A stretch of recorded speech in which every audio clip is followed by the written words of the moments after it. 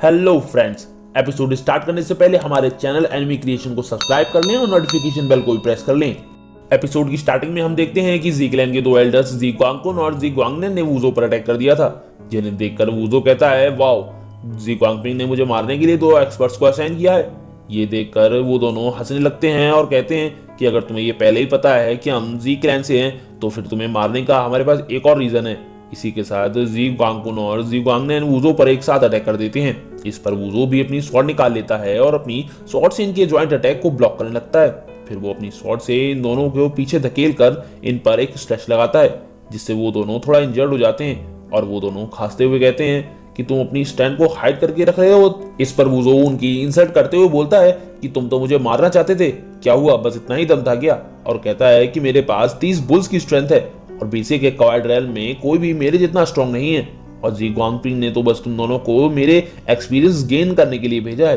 वूजो के इतने arrogant behaviour को देखकर जी ग्वांगकुन स्वॉर्ड में अपनी पावर को गैदर करते हुए कहता है ये कल्टीवेशन सिर्फ स्ट्रेंथ के बारे में ही नहीं है, अब मैं तुम्हें अपने फर्स्ट क्लास कॉम्बैट स्किल्स का स्वाद चखाता हूँ। उसकी पावर को देखकर वूजो सोचता है कि ये वियर्ड सी पावर जब भी इसकी स्वॉर्ड में आती है मुझे खतरे का आभास होता है। तभी जी ग्वांगकुन वूजो पर अटैक कर देता है, जिससे वहां एक ब्लास्ट होता है। तभी हम यू फेंग और डाई याओ को देखते हैं, जिन्होंने भी ये ब्लास्ट देखा था, और यू फेंग बोलता है कि उस आदमी ने फर्स्ट क्लास कॉम्बैट स्किल्स को 9 इंस्क्रिप्शंस में कंडेंस किया है, जिससे उसकी स्ट्रेंथ लेवल 9 तक इंक्रीज हो गई है, और कहता है कि वूजो तो अब हारने वाला है। अगले ही पल इन दोनों को मजे से तरबूज खाते हुए फाइट को एंजॉय करते देखते हैं, और यू फेंग डाई याओ से कहता है कि क्या हमें उसकी हेल्प करनी चाहिए। इस पर वो खाते हुए कहती है कि तुम पागल हो गए हो क्या, तुम वाकई लीनान सिटी में ऐसी कोई हरकत करना चाहते हो? तुम 9 प्रोविंस के एग्रीमेंट को भूल गए हो क्या? अगर हम जैसे लोग कोई भी ऐसी हरकत करेंगे तो हम डेफिनेटली मारे जाएंगे।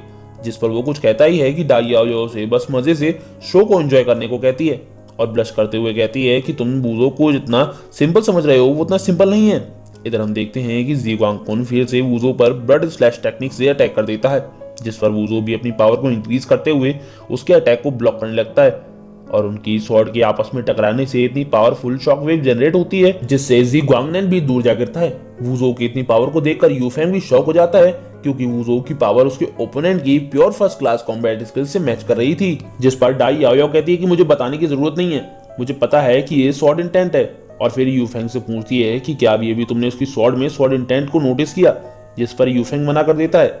फिर हम जी ग्वांगकुन और वूजो को देखते हैं, जहां वूजो इंजर्ड हो चुका था और सोचता है कि वाकई first class combat skills amazing होती हैं। तभी जी ग्वांगनेन जी ग्वांगकुन को संभालता है, क्योंकि उसके मुंह से भी खून आने लगा था, जिस पर वो खुद को ठीक बताते हुए कहता है कि इसकी पावर को देखकर तो अब मैं और भी ज्यादा श्योर हो गया हूँ कि हमें इसे खत्म कर देना चाहिए। फिर वो दोनों वूजो को मारने के लिए उसकी तरफ एक साथ बढ़ जाते हैं। ये देखकर वूजो मुस्कुराता है और अपनी पावर रिलीज करते हुए लाइफ एंड डेथ की बैटल के लिए रेडी हो जाता है। शुरुआत में तो वूजो इन दोनों को शानदार टक्कर देता है, लेकिन उन दोनों को एक साथ हैंडल कर पाना उसके लिए भी बहुत मुश्किल हो जाता है, और वो दोनों वूजो को पीछे की तरफ फेंक देते हैं, जिस पर वूजो खुद को गिरने से तो बचा लेता है, बट उनके अटैक से वो इतना ज्यादा इंजर्ड हो गया होता है कि उसके मुंह से ब्लड आने लगता है। जिस पर वो अपने एंड को एक्सेप्ट कर लेता है, क्योंकि उसके पास अब ज्यादा पावर भी नहीं थी और उसका कोई भी अटैक इन पर काम नहीं कर रहा था। तभी जी क्लैन के वो दोनों एल्डर्स फिर से वूजो पर ज्वाइंट अटैक कर देते हैं। ये देखकर वो सोचता है कि आज उसका आखिरी दिन है, और मन ही मन में अपनी वाइफ क्विंग मो को गुड बाय करते हुए कहता है कि शायद मैं अपनी नेक्स्ट लाइफ में एक अच्छा हस्बैंड बन पाऊंगा, और वो अपनी आंखें बंद कर लेता है।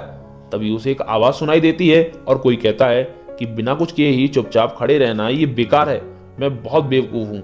इस पर वूजो जैसे ही आंख खोलकर देखता है तो खुद को रीइंकार्नेशन बाउल में पाता है। खुद को बाउल में देखकर वो कहता है कि मैं ये आंख कैसे आ गया हूँ। तभी उसके पीछे वही ओल्ड मैन अपीयर हो जाता है जिसका ये बाउल था और जिसे हमने एपिसोड 1 में देखा था, और वो कहता है कि तुम्हें मेरा रीइंकार्नेशन बाउल और डेथ स्वॉर्ड मिली तब भी तुम वीक हो। ये सुनकर वूजो जब पीछे देखता है तो वो ओल्ड मैन अपनी नाक में उंगली करते हुए बोलता है कि अभी हम कुछ दिन पहले ही तो मिले थे और तुम मुझे अभी से ही भूल गए हो। उसे जिंदा देखकर वूजो डर जाता है और उसे ज़ॉम्बी बोलते हुए भागने लगता है। इस पर उस ओल्ड मैन को वूजो पर बहुत गुस्सा आता है और वो उसे बकवास बंद करके उसकी बात सुनने को कहता है, क्योंकि वो उसकी सोल खत्म हो रही थी। फिर वो बताना शुरू करता है कि कल्टीवेशन में सब कुछ स्ट्रेंथ के बारे में ही है, और कॉम्बैट स्किल्स तो तुम्हें सिर्फ तुम्हारी स्ट्रेंथ को यूज करना सिखाती है, और कहता है कि उन दोनों कचरे के टुकड़ों ने ताओइज्म के पाथ में एंटर भी नहीं किया है, आखिर तुम डरते किससे हो। इसी के साथ वो वूजो को बहुत सारा लेक्चर देने लगता है, इतना सारा लेक्चर सुनकर वूजो का तो दिमाग खराब हो जाता है और वो उस ओल्ड मैन का गला पकड़कर दबा देता है और उससे कहता है कि तुम अपनी बकवास बंद करो और तुम मुझे सिर्फ ये बताओ कि मैं उन्हें कैसे हराऊं।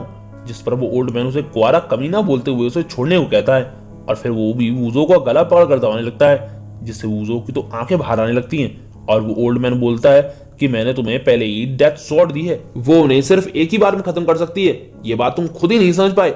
और उसे एक स्लैप मारते हुए पूरा यूजलेस बोलता है। स्लैप से वूजो नीचे जा गिरता है और वो ओल्ड मैन कहता है कि स्वॉर्ड के सारे मंत्र तुम्हारे दिमाग में हैं और उन्हें जल्दी से पढ़ने को कहता है। ओल्ड मैन के कहने पर वूजो कॉन्सेंट्रेट करने लगता है। उसके ऐसा करते ही वो डेथ स्वॉर्ड स्क्रोल बाहर आ जाता है और अब वूजो उसे अच्छे से समझ पा रहा होता है, जिससे उस डेथ स्वॉर्ड की सारी नॉलेज और पावर उसके अंदर ट्रांसफर होने लगती है। इधर वूजो को डेंजर में देख यूफेंग परेशान होकर खड़ा हो जाता है और कहता है कि उसने मेरी हेल्प की थी और अगर मैं 9 प्रोविंस के एग्रीमेंट को भी तोड़ देता हूँ फिर भी मैं उसकी हेल्प करने जाऊंगा। इस पर डाई याओ उसे इंतजार करने को कहती है, जिस पर वो कहता है कि अगर हमने और ज्यादा इंतजार किया तो वो मारा जाएगा। तुम्हें इसीलिए उसकी परवाह नहीं है क्योंकि तुम बिना एक पलक झपकाए भी लोगों को मार देती हो, बट वो मेरे लिए काफी है यू लिटिल विच। विच का सुनकर वो अपनी ईविल फॉर्म दिखाते हुए कहती है, ये क्या कहा तुमने मुझे विच कहा। ये देखकर यूफेंग की हवा टैर हो जाती है और वो डर के मारे जल्दी से आज्ञाकारी बच्चे की तरह नीचे बैठ जाता है और कहने लगता है कि तुम सही हो, हम रुक सकते हैं, हम वेट कर सकते हैं। तभी हम देखते हैं कि जहां वूजो होता है वहां पर एक बड़ी सी स्वॉर्ड अपेयर हो जाती है जो कि वूजो की ही थी। इतनी बड़ी स्वॉर्ड को देखकर यूफेंग बोलता है कि ये तो स्वॉर्ड इंटेंट है, ये तो सिर्फ वाइटल एनर्जी रेल में है और उसने पहले से ही स्वॉर्ड इंटेंट को हासिल कर लिया है। इस पर डाई याओ खड़ी होकर कहती है कि ये कोई स्वॉर्ड इंटेंट नहीं है, असल में ये तो टाओइज्म के पाथ में एंटर कर चुका है। और उसे देखकर वो बहुत खुश भी हो रही थी। इसी के साथ हमारा आज का ये एपिसोड यहीं खत्म होता है।